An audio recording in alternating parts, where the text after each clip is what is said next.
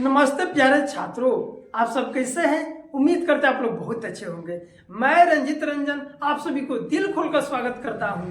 आप सभी के लिए बिहार बोर्ड एग्जाम 2026 के लिए साइंस यानी भौतिकी का लॉन्ग टाइप क्वेश्चन यानी बाबू दीर्घोत्तरीय प्रश्न लेकर आए हैं, जो कि ये क्वेश्चन काफी इंपॉर्टेंट है और ये क्वेश्चन हर साल एग्जाम में पूछा जाता है। हाँ मेरे साथियों, तो अभी हम लोग पढ़े निकट दृष्टि दोष के बारे में, ठीक है। अच्छा, ये क्वेश्चन ये प्रश्न उठता है कि निकट दृष्टि दोष में प्रतिबिंब कहाँ पर बनता है? कौन बताएगा मेरे साथियों? कमेंट में आंसर बताइए, ठीक है जी। तो निकट दृष्टि दोष में जो प्रतिबिंब जो बनता है बाबू, कहाँ बनता है? रेटिना के आगे बनेगा, रेटिना के हमारा आगे प्रतिबिंब बनता है, ठीक है जी। अब आइए 2 नंबर जो है दूसरा प्रकार है दूरदृष्टि दोष। क्या होता है? हाइपरमेट्रोपिया। हाइपरमेट्रोपिया क्या होता है? दूरदृष्टि दोष क्या होता है? इसके बारे में अच्छा समझते हैं। देखिए जी, दूरदृष्टि दोष, इसके नामे से सुनको लग रहा है कि दूरदृष्टि दोष यानी कहने का मतलब हुआ कि दूर को वस्तु को देख सकते हैं, नजदीकी ना देख सकते हैं, ठीक है जी। तो इसका डिफिनेशन आपसे ऐसे पूछा जाए, इसका कैसे लिखिएगा डिफिनेशन? लिखेंगे कि दूरदृष्टि दोष का लिखेंगे वह दृष्टि दोष जिसमें दूर की वस्तुओं को हम लोग साफ साफ देख सकते हैं, लेकिन नजदीक की वस्तु को हम लोग साफ साफ नहीं देख सकते हैं। उस दोष को कौन सा दोष कहा जाता है? उस दोष को कहा जाता है निकट दृष्टि दोष कहा जाता है। कौन क्या कहा जाता है मेरे साथियों? निकट दृष्टि दोष कहा जाता है। इसमें यदि दूर दृष्टि दोष होगा तो दूर की वस्तु को हम लोग क्या कर सकते हैं? दूर की वस्तु को हम लोग साफ साफ देख सकते हैं। क्या बाबू हम लोग क्या कर सकते हैं? दूर की वस्तु को साफ साफ देख सकते हैं नजदीक, लेकिन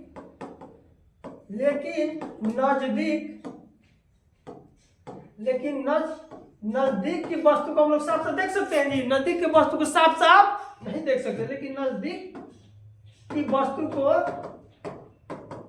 को साफ साफ नहीं देख पाते, नहीं देख सकते हैं। साफ साफ नहीं देख सकते हैं, नहीं देख सकते हैं। बात समझ में आ रहा है मेरे साथियों कि यदि दूरदृष्टि दोष होगा तो दूर की वस्तु को हम लोग साफ साफ देख सकते हैं, लेकिन नजदीक की वस्तु को साफ साफ हम लोग नहीं देख सकते हैं। तो उस दोष को कौन सा दोष कहिएगा? उस दोष को कहिएगा दूरदृष्टि दोष कहिएगा। क्या कहिएगा? दूरदृष्टि दोष कहिएगा। अच्छा, दूरदृष्टि दोष का कारण क्या है बाबू होने का? दूरदृष्टि दोष का कारण कौन बताएगा? चलिए बताइए। दूरदृष्टि दोष जब होता है तो ये किसके कारण होता है, इसके बारे में समझे। देखिए, दूरदृष्टि दोष का होने का क्या कारण है बाबू? इसमें ये होता है कि नेत्र गोलक यानी हमारे आंख के जो गोला वाला जो भाग है, नेत्र गोलक का कम हो जाता है। यहाँ पे कम हो जाता नेत्र गोलक का क्या हो जाता है? कम हो जाता है। यानी हमारे नेत्र गोलक अखिया के जो गोला है, जो भाग बा, ये क्या हो जाता है? कम हो जाता है, ठीक है जी। तो कम हो जाता है तो दूरदृष्टि दोष होना। दूसरा बात, पहला बात और दूसरा बात और बात है कि नेत्र लेंस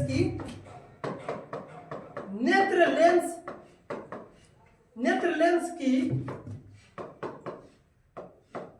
फोकस दूरी इसमें क्या हो जाएगा? इसमें फोकस दूरी अधिक हो जाएगा। नेत्र लेंस की फोकस दूरी अधिक हो जाना।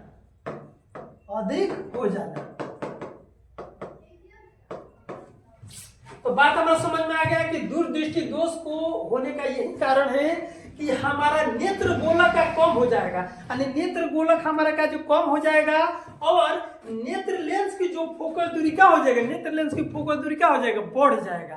क्या हो जाएगा मेरा बाबू? बढ़ जाएगा, ठीक है जी। अब बताओ तो थोड़ा सा कि इस यदि दूरदृष्टि दोष यदि हो जाएगा, हमको दूरदृष्टि दोष यदि हो जाता है तो इसका निवारण कैसे किया जाता है? इसको निवारण ये करा कि दूर करे खातिर क्या करो जाए? यदि इसका इलाज यदि हम अपने आँख के इलाज यदि डॉक्टर से कराते हैं तो डॉक्टर चश्मा में कौन सा लेंस दे देता है? कौन सा लेंस उसमें का यूज करता है चश्मा में? तो यदि दूरदृष्टि दोष हो जाएगा, इसका निवारण हम लोग कैसे करेंगे? इसका निवारण अगर दूरदृष्टि दोष हो जाए तो इसका यदि निवारण में हम लोग बाबू दूरदृष्टि दोष को ट्रिक्स यही है कि दूर यानी उधर, दूर यानी उधर है, यानी उधर यानी क्या चीज, दूर कहेगा तो उधर, दूर यानी उधर, समझे। तो उधर से क्या हो जाएगा, उधर से बाबू हो जाएगा उत्तल, उत्तल लेंस। क्या हो जाएगा बाबू, उत्तल लेंस, ठीक है जी, उत्तल लेंस हो जाएगा, ठीक है जी। बात समझ में आ रहा है। तो दूर दृष्टि दोष का निवारण के लिए हमारे चश्मे में उत्तल लेंस का प्रयोग किया जाता है। कौन सा लेंस का बाबू, उत्तल लेंस का प्रयोग किया जाता है। बात समझ में आ गया।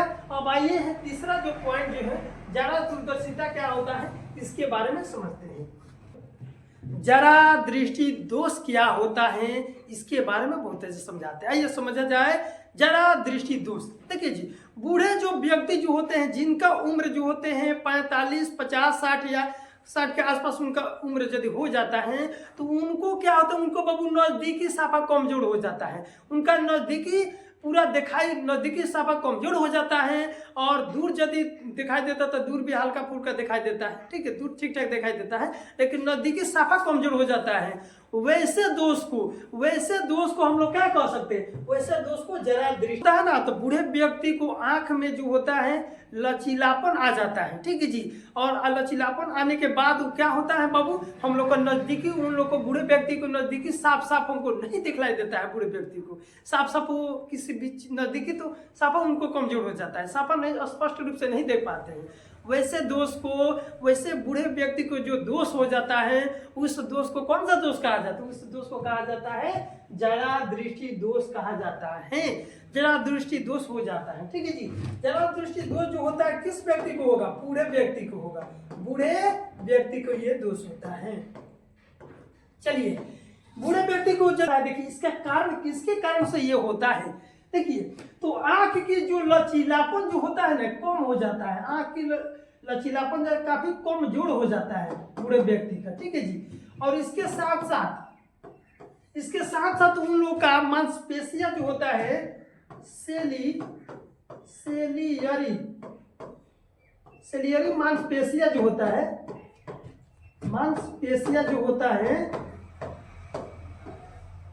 सेलियरी मांसपेशियां जो होता है काफी कमजोर हो जाता है, काफी कमजोर हो जाता है, ठीक है जी। हाँ, तो जरा दृष्टि दोष का होने का यही कारण है कि आंख की जो लचीलापन जो होता है, आंख का जो लचीलापन जो होता है कमजोर हो जाता है, काफी कम हो जाता है। और सिलियरी जो मांसपेशियां होता है, आंख की जो सिलियरी मांसपेशियां जो होता है काफी, वो भी कमजोर हो जाने के कारण हमको कौन सा दोष होता है, जरा दृष्टि दोष होता है। अच्छा बताओ तो बाबू, बुढ़वा लोग के यदि जरा दृष्टि दोष यदि हो जाला, तो यदि इलाज यदि कराया जाता है डॉक्टर से, तो डॉक्टर उन लोग को चश्मा में उसके निवारण के लिए कौन सा लेंस का यूज करता है डॉक्टर, ठीक है जी। तो निवारण यानी जरा दृष्टि दोष का निवारण क्या होगा मेरे साथियों, इसका जो निवारण है, इसको निवारण के लिए वो लेंस में डीप फोकस जाता है। इसका निवारण के लिए डॉक्टर जो होते हैं बूढ़े व्यक्ति के जो चश्मे में क्या करता है, डीप फोकसी लेंस का प्रयोग करता है। इसी को बाबू कहा जाता है बाइफोकल लेंस का प्रयोग किया जाता है, बाइफोकल लेंस का प्रयोग किया जाता है, लेंस का प्रयोग करता है वो, ठीक है जी। यदि जरा दृष्टि दोष हो जाता है बाबू, जरा दृष्टि दोष हो जाता है बूढ़े व्यक्ति को, तो उसका निवारण के लिए डॉक्टर जो चश्मा में बाबू डीप फोकसी लेंस का यूज करता है। डीप फोकसी लेंस कहने का मतलब बाइफोकल लेंस का प्रयोग करता है, जिससे कि बूढ़े व्यक्ति को वो मतलब नजदीकी जो है, नजदीक की वस्तु को देख सके, ठीक है जी। एक और बात बता दें आप लोगों को कि यदि इसमें क्या होता है, इसमें यदि जरा दृष्टि जो बाइफोकल लेंस का यदि प्रयोग करेगा ना, बाइफोकल लेंस का जो प्रयोग करता है जो डॉक्टर, तो जानते हैं ऊपर वाला जो हिस्सा जो होता है ना, ऊपर वाला जो भाग, ऊपर वाला जो हिस्सा वाला चश्मा में ऊपर वाला जो हिस्सा ऊपर वाला, तो वो दूर की वस्तु को देखने के लिए होता है, और जो नीचे वाला जो रहला चश्मा में, तो नजदीक की वस्तु को देखने के रहला। इसलिए ना कहते कर लेते नजदीक की वस्तु देते कर लेते, दूर की वस्तु दिखाई देला बूढ़े लोग के, होता है कि नहीं बाबू, ठीक है। तो आई होप कि आपको ये हमारा जो दृष्टि दोष कितने प्रकार के होते हैं यार, दृष्टि दोष क्या होता है या कितने प्रकार के होते हैं, इसका निवारण कैसे किया जाता है, हाँ तो मेरे साथियों, आप लोग को ये वीडियो अच्छा लगा हो तो प्लीज़ मेरे चैनल को सब्सक्राइब कर लीजिए, और ऐसा ही वीडियो के लिए आप लोग कमेंट कर सकते हैं। आपको जितना भी दीर्घतरीय प्रश्न है, आप लोग को सभी दीर्घतरीय प्रश्न हम बताने की कोशिश कर रहे हैं। ठीक है जी, तो मिलते हैं अगले वीडियो में, तब तक के लिए जय हिंद।